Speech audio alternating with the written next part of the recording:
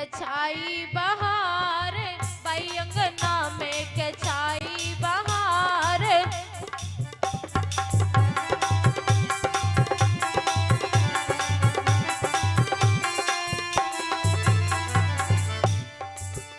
अरे उनके घर में जन्मो लाला,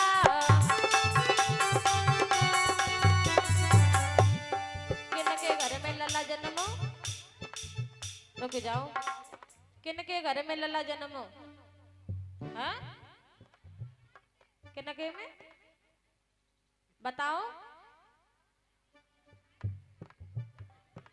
हाँ बत महाराज जी, छोटो सो बच्चा बता रहा हूँ, महाराज उत्तानपाद के घर में काहे तुम क्या कर रहे, कथा पंडाल में बैठे, पता ना है किनके घर में लला जन्मो। अगर तुम घर से कथा सुनने के लिए आते हो, हा? और कथा पंडाल में आके बैठ जाओ और अपने आप में तुमने दो चार बातों का सुधार नहीं किया, तो तुम्हारा घर से चल करके आना बेकार है। तो सभी भाई बंधु तालियों का स्वागत करते हुए बोले, अरे उनके घर में जन्मो लाला,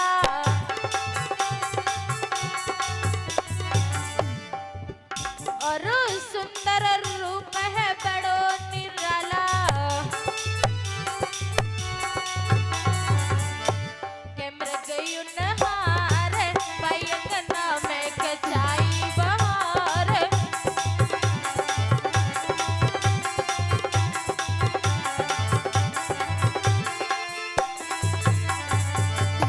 इधर तो महाराज उत्तानपाद के यहाँ पर बधाइयां हो रही थी, और अगर इनके घर में कोई लल्ला जन्म ले ले तब देखो जो कैसे गाने गाती है महाराज जी, बताएं माता बहन फिर नहीं देखती कछु है, फिर इनके गाने चलते हैं भैया प्रदीप। कमल फूलों से खेले हमारो ललना, कमल फूलों से खेले,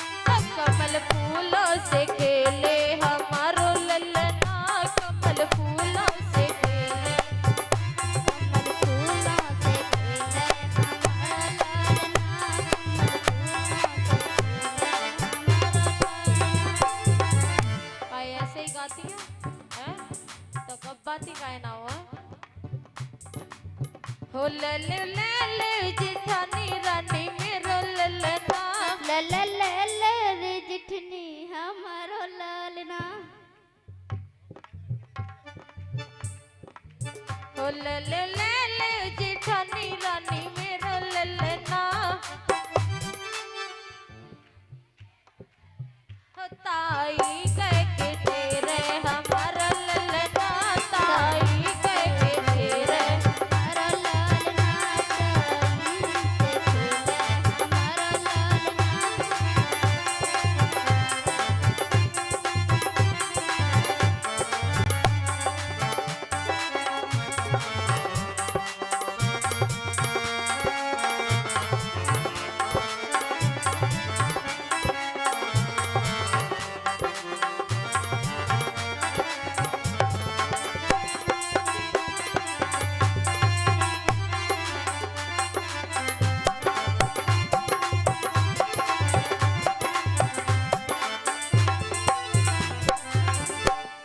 तरीका से महाराज उत्तानपाद के यहाँ पर बधाइयां हो रही थी।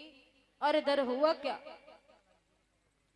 इधर श्री व्यास नंदन सुखदेव जी कहने लगे कि हे राजन परीक्षित, यह बात जब महाराज उत्तानपाद को पता लगी कि मेरी रानी के उधर से एक बेटा ने जन्म लिया है, तो बहुत सारे दानों को लुटाया, बहुत सारे पुण्य किए और बड़े बड़े ज्योतिषी ब्राह्मणों को बुलाया, बेटे का नामकरण संस्कार कराया। तो जिस बेटे ने सुरुचि के उदर से जन्म लिया था उस बेटे का नाम उत्तम रखा गया, और जिस बेटे ने महारानी सुनीति के उदर से जन्म लिया था उसका नाम ध्रुव रखा गया। इधर जब दोनों बेटों का नामकरण संस्कार हो गया और इधर श्री व्यास नंदन सुखदेव जी कहने लगे कि हे राजन परीक्षित, इधर जैसे ही धीरे धीरे जब दोनों भाई बड़े होने लगे तो बेटा ध्रुव घर से बाहर खेलने के लिए चले जाते हैं, और जैसे ही शाम होता है तो घर को लौट के आते हैं। तो महारानी सुनीति बेटा ध्रुव से कहती है कि बेटा, मैंने तुझे बड़े ही दुखों का सामना करके तुझे पाया है, तू घर से बाहर खेलने के लिए न जाया कर। आज मैया ने बेटा के लिए समझाया तो हुआ क्या, एक समय की बात है कि जैसे ही सुबह हुआ और सुबह होते ही बेटा ध्रुव जैसे ही घर से खेलने के लिए निकले तो खेलते खेलते बेटा ध्रुव महाराज उत्तानपाद की कचहरी में पहुंचे। और जैसे ही महाराज उत्तानपाद की कचहरी में पहुंचे हैं तो उत्तम भी खेल रहा था और ध्रुव भी खेल रहे थे। दोनों भाई जमीन पर खेल रहे थे, महाराज उत्तानपाद सिंहासन पर बैठे थे। आज जैसे ही दोनों बेटाओं को महाराज उत्तानपाद ने खेलता हुआ देखा तो महाराज उत्तानपाद के मन में भावना जागृत हुई, और जैसे ही भावना जागृत हुई तो महाराज उत्तानपाद सिंहासन से उठे और उठ कर के आए और बेटा ध्रुव को उन्होंने गोदी में उठा लिया। और जैसे ही बेटा ध्रुव को गोदी में उठाया और उठा करके सिंहासन पर बैठ गए, और जैसे ही सिंहासन पर बैठे तो उसी दरबार में एक चुगला भी बैठा हुआ था भक्तों। और जैसे ही यह दृश्य एक चुगला ने देखा तो वो चुगला वहां से उठ करके चला, तो वो चुगला महारानी सुरुचि के पास में पहुंचा। और जैसे ही महारानी सुरुचि के पास में पहुंचा तो उस चुगला ने जाकर के कहा कि महारानी, तुम्हारी सौत का बेटा और महाराज उत्तानपाद की गोद में सिंहासन पर बैठा है और उत्तम जमीन पर खेल रहा है। आज जैसे ही उस चुगला के इतने वचन महारानी सुरुचि ने सुने तो आज सुरुचि एकदम से भागती हुई पहुंची। आज जैसे ही सुरुचि भागती हुई आई और एकदम से उसी जगह पर पहुंची जहां पर महाराज उत्तानपाद बेटा को गोद में लिए बैठे थे भक्तों। तो आज जैसे ही महारानी सुरुचि ने बेटा ध्रुव को महाराज उत्तानपाद की गोद में देखा तो एकदम से झटका दे करके और बेटा को जमीन पर गिरा दिया। और जैसे ही जमीन पर गिराया है और आज वो पापनी बेटा ध्रुव से कहने लगी और बोली कि चल दूर खड़ा हो पगले, किसके मुकाबले आया है, और अकल तैयारी कहाँ भूप जो सिर पर दगा चलाया है।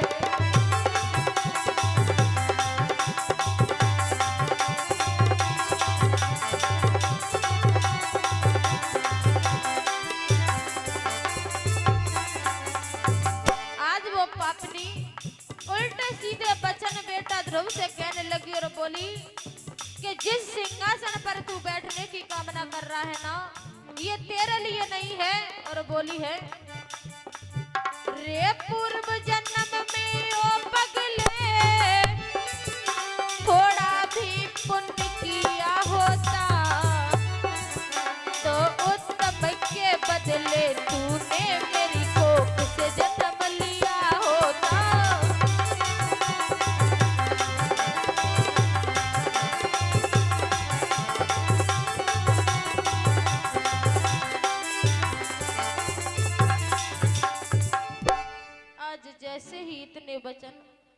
सुरुचि ने बेटा ध्रुव से कहे तो बेटा ध्रुव रोते हुए वहां से चले और रोते रोते जैसे ही महारानी सुनीति के पास में पहुंचे तो आज मैया ने जैसे ही बेटा को रोता हुआ देखा तो एकदम से मैया ने भाग कर के बेटा को कलेजे से लगा लिया। कहने लगी बेटा क्या बात है, तू क्यों रो रहा है? मैंने तुझसे मना किया था कि बेटा तू बाहर खेलने के लिए मत जाया कर, लेकिन तूने मेरी एक नहीं मानी। बेटा बता तो सही क्या बात है, तू क्यों इतना रो रहा है? तो आज जैसे ही इतने वचन महारानी सुनीति ने बेटा ध्रुव से कहे तो आज बेटा ध्रुव कहने लगे और बोले हे मैया मेरी एक बात सुनो। और बोले कि रोए रोए कहीं ध्रुव महाराज और मैया मोए मौसी ने मारो।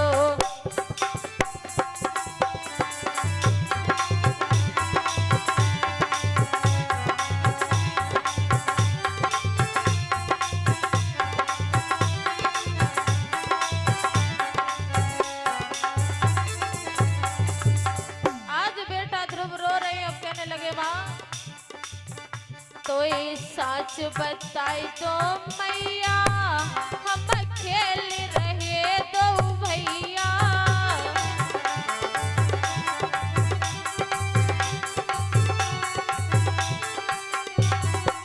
तो सच बताई तो मैया हम खेल रहे दो भैया।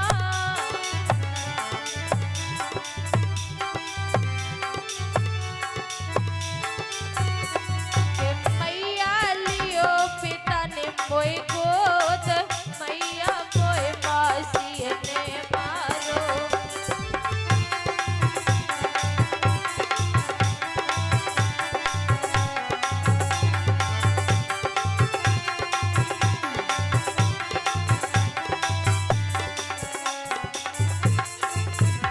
अरे मोए मौसी ने मारो, हाय मोए मौसी ने मारो।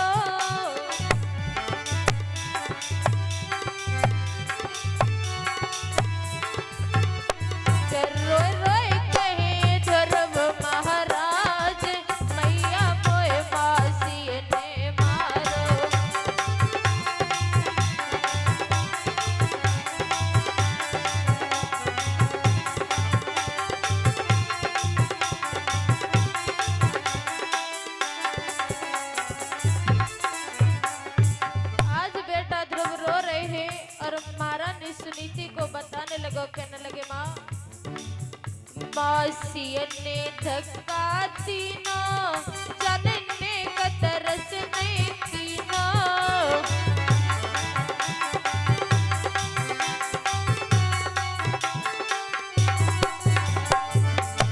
आज बेटा ध्रुव कहने लगे और बोले माँ जिस वक्त मौसी ने मुझ में धक्का मारा था ना उस समय माँ पिताजी भी वहां पर मौजूद थे, लेकिन माँ पिताजी ने मौसी से कुछ नहीं कहा और बोले हैं मौसी ने धक्का तीनों जनने का तरस नहीं कीनो।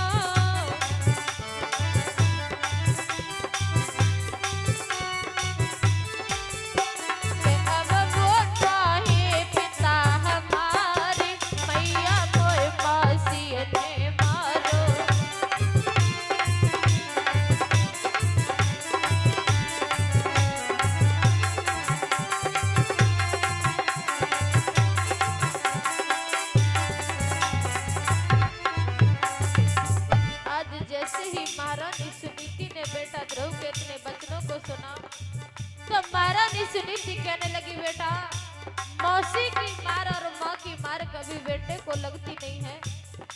तो बेटा ध्रुव कहने लगे माँ मुझे इस बात का दुख नहीं है कि मौसी ने मुझे मारा, लेकिन माँ दुख है तो मुझे इस बात का कि पिताजी ने उस वक्त मौसी से कुछ नहीं कहा। जैसे ही इतने बात महारानी सुनीति ने बेटा ध्रुव के सुने तो आज महारानी सुनीति ने बेटा को छाती से लगा लिया, कहने लगी बेटा समझाए रही जाकी मैया मत रोवे कुंवर कन्हैया।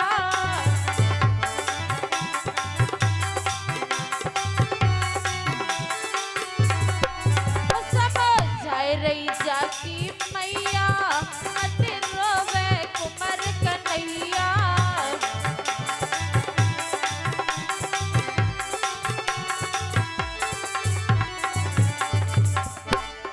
तेरो पिता कृष्ण भगवान मैया कोई मौसी ने मारो।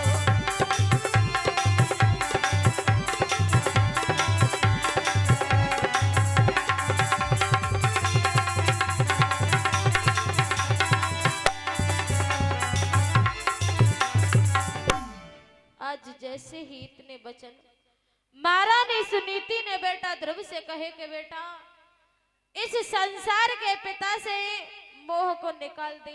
अगर तुझे पिता की प्राप्ति करनी है तो उस पिता की प्राप्ति करे जिसके हाथों में संसार की डोर है। आज जैसे ही इतने वचन महारानी सुनीति ने बेटा ध्रुव से कहे तो बेटा ध्रुव कहने लगा माँ मुझे यह भी बताओ कि वो पिता मुझे कहाँ मिलेगा। तो इधर श्री व्यास नंदन सुखदेव जी कहने लगे कि हे राजन परीक्षित, महारानी सुनीति कहने लगी बेटा अगर हम सच्ची आत्माओं से उस प्रभु का गुणगान करेंगे तो वो प्रभु हमारा उद्धार जरूर करेंगे। वो प्रभु हर जगह है। तो आज मैया ने बेटा को समझाया तो हुआ क्या। इधर श्री व्यास नंदन सुखदेव जी कहने लगे कि हे राजन परीक्षित, इधर संध्या का समय है। मैया ने बेटा को खाना खिलाने के बाद